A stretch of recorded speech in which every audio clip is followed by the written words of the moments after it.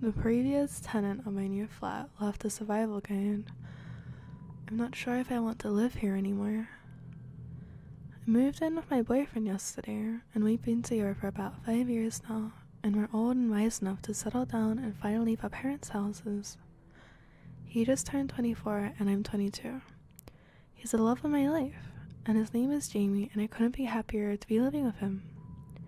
When we decided to make the leap, we spent 2 months looking at flats and houses we couldn't afford to buy yet, so renting was our only option, but the prices were astronomical. For our budget, we would have been lucky to get a box room and a stove. Jamie works for a local 24-hour fast food restaurant, and I'm training to be a teacher. The early stages of training don't pay much, and I owe a lot in student loans, so finances are tough. We had almost given up hope until we found our flat. It's nothing special, but to us it was a palace. A spacious 2-bedroom apartment with views of a city park, a balcony, and local conveniences. It was in a tower block in a not so nice area, but neither of us had been wealthy growing up, so we weren't fussy, just grateful to be together. The advert was sweetened by the deposit-free option and an open-ended tenancy. The landlord was happy to sign a 5-year contract if he wanted. That sort of thing never happens in this city.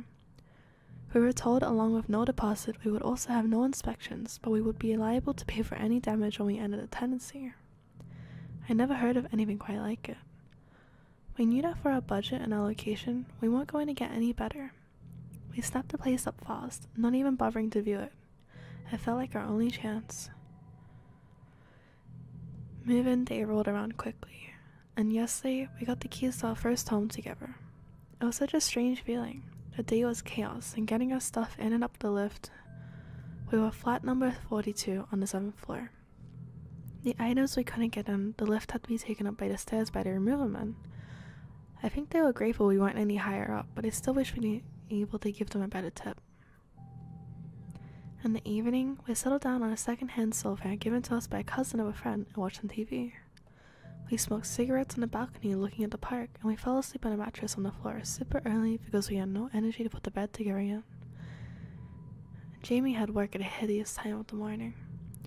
We slept soundly last night, and I felt safe and happy. I don't think that feeling is coming back anytime soon, and it's all due to the note that I found this morning. I found it in the kitchen, having a coffee, hours after Jamie had left for his early shift at work. It was in one of the cupboards that were fixed to the wall, and there was a bunch of useful items from the previous tenant. Spare keys to the flat, a set of tiny keys that locked and unlocked the windows, necessary for those of kids to tie up, spare smoke curling batteries, and a folded piece of paper. The note was handwritten with "New Occupier of Flat 42" and beautiful cursive writing on the blank side. I opened it up and sat down to read. I can't really describe it to you, so I'm going to copy it out below. Dear new occupier, firstly, welcome to your new home. I lived here before you for 35 years with my husband. Unfortunately, he had an incident at home recently that I'd rather not discuss that claimed his life. My sister has now decided that I can't keep up with the demands of this property and has insisted that I move in with her and her husband. I was reluctant at first, but the stairs do kill me in my old age, and without Bernie, it's filled with sadness. Anyways, when you've lived somewhere for as long as I have, it feels like a person you know. You understand its personality and what makes it tick. I thought it was probably permanent that I impart some of this knowledge on you. It's a wonderful home, and honestly, I have lived through the best and worst years. Leaving it behind is very emotional. But if you are able to survive and get the best out of it, then there are some steps you need to follow. Step 1. The landlord will never bother you. He doesn't visit, call, or communicate in any way. But make sure to pay your rent in a timely fashion always. I have only dealt with him once in the 35 years, and let's just say I have never missed another rent day. Any repairs required, you speak to the agent you rented the place with. Step 2. Do not use the communal lift between 1:11 a.m. and 3:33 a.m. Just don't do it. This step is vital if you are to have a happy life here. It really is life or death. Do not do it. This has cost me and many others in the building greatly, and I would rather not elaborate on why you shouldn't do this. Just please do not do it. I cannot stress this enough. Step 3. When you hear strange animal noises coming from flat 48, do not question it. Mr. Prentice lives there, and he's a lovely chap. Don't be afraid to say hello to him in a corridor or on the stairs. He's old school, so he never risks a lift. But whatever you do not check on him when you hear the noises. You'll know when you hear him. Step 4. If you ever come across a window cleaner on the balcony, ignore him. He may seem like the nicest fellow you've ever met. He's trying to sell you something on the door, but it really is best that you do not engage. He'll go away if you ignore him. But he tries pretty hard the first few times, so if you need some resilience. Whatever you do not offer him anything.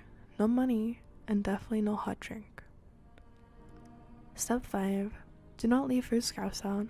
Bin or refrigerate them immediately. If you have small animals, it is imperative that you watch them eat and take away any leftover food immediately after they are done.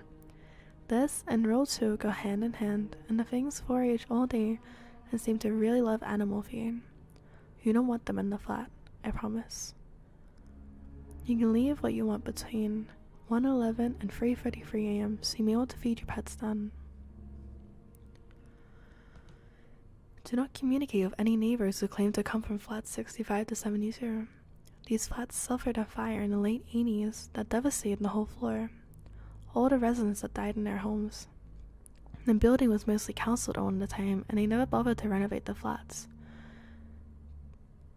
They've been empty ever since, but now and then, someone will knock at your door claiming to live in one of these flats and ask to borrow some sugar. They will seem entirely average, but you must shut and lock the doors immediately. I installed 2 extra security bolts to avoid these fuckers. I don't like to swear my age, but they really are fuckers. Step 7. Simple one for you here. Keep a weapon in each room. Sometimes you follow all these steps and something still slips through the net. Better to be safe than sorry. Step number 8. The building has a committee that will try to get you to join. It's one of those neighborhood groups about improving living conditions for all residents. It's a nice group, and the lady who runs it, Terry from flat 26, is a fantastic neighbor. By all means, get involved, but I wouldn't recommend babysitting Terry's 2 children. She'll ask you, but because the poor woman needs a break. And if you accept, don't say I didn't warn you. Step number 9. A stray hairless cat sometimes roam in the hallways, and I know they don't.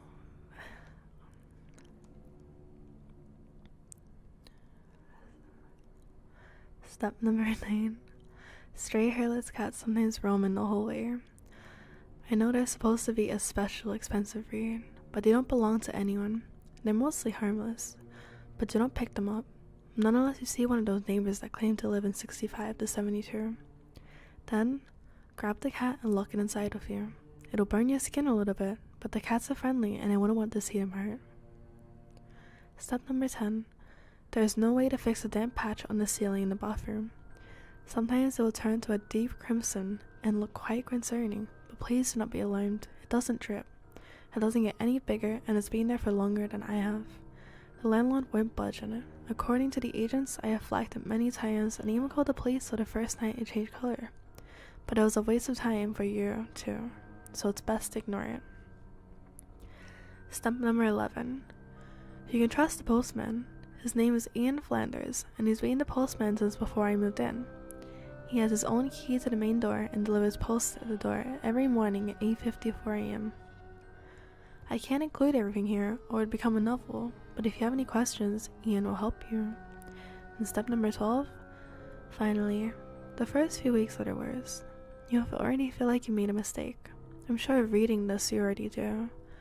But if you can get through the first few weeks, it really is a lovely block to live in.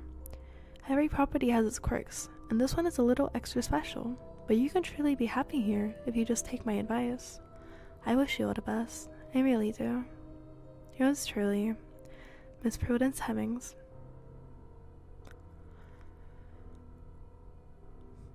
I really don't know what to think after reading the note. Hopefully it was some sort of joke, but the agent has said the previous tenant was an elderly lady, and I can't see anyone named Prudence Hemming attempt to play practical jokes on someone they never met. There were also large parts of the note I couldn't disapprove. There was indeed a large damp patch above the bed that me and Jamie had already discussed prior to recording. No crimson, but it definitely existed. I had also commented on a beautiful Sphynx cat roaming the halls as we were moving in. I started to get seriously freaked out. A dream, a beautiful little home, had just become a source of fear and confusion. I checked the time and it was 9:14 a.m. Damn it. I'm out of time to catch Postman Ian. And when I opened the door to check, sure enough, 2 letters addressed to Miss Hemming sat on the doorstep. At about 11:15, my worst fears were truly confirmed when a friendly, middle-aged looking man carrying window cleaning equipment knocked on my balcony door. I ignored him. I didn't want to take the risk until I'd spoken to Jamie and showed him the note. I texted him already to rush home, but I felt bad as the man rapped his knuckles against the door for over 10 minutes. But honestly, the longer it went on, the more I was terrified. My windows were sparkling, and due to our lack of curtains, I couldn't even hide from his gaze. I felt so exposed. He stayed for a total of about 30 minutes exactly, and never once did he stop looking at me or knocking. He shouted the occasional ultra-friendly line of humble requests for beverage in the heat through the door, but I did my best to avoid eye contact. When he finally left, I looked outside every window in the flat, but I couldn't see him at any of the other balconies or see any equipment suggesting that he was around. The man had vanished completely. Jamie still hadn't texted me back. He must have been having a rough shift. It was a Friday and they were always busy. It wasn't often that he didn't reply. He was due home in an hour or so anyways. I read the note probably 100 times over. I tortured myself reading it for the next hour, desperately waiting for Jamie to come through the door to tell me it was all just crazy and I should relax. I hoped for that so much, but Jamie never came. His shift should have finished around midday, but by 2 p.m. he still wasn't home. I panicked and I cried. I left over 100 voice messages on his phone, but that got me nowhere. I finally decided it being long enough that calling his work would embarrass him, and his boss told me that he never actually turned up for his shift. I thought about it, and what could have happened, and then it hit me. Jamie's shift started at 4 a.m. today. He would have left the flat at 3:15 and taken the lift down the stairs. I just don't know what to do. I tried convincing myself that it's all just a big joke. Maybe Jamie wrote the note and got his boss on it. A voice in my head kept telling me that he wouldn't write like that, and even if he tried, I had to attempt to fool myself. It's getting late, and he still isn't home. What if it's all true? I think we made a big mistake.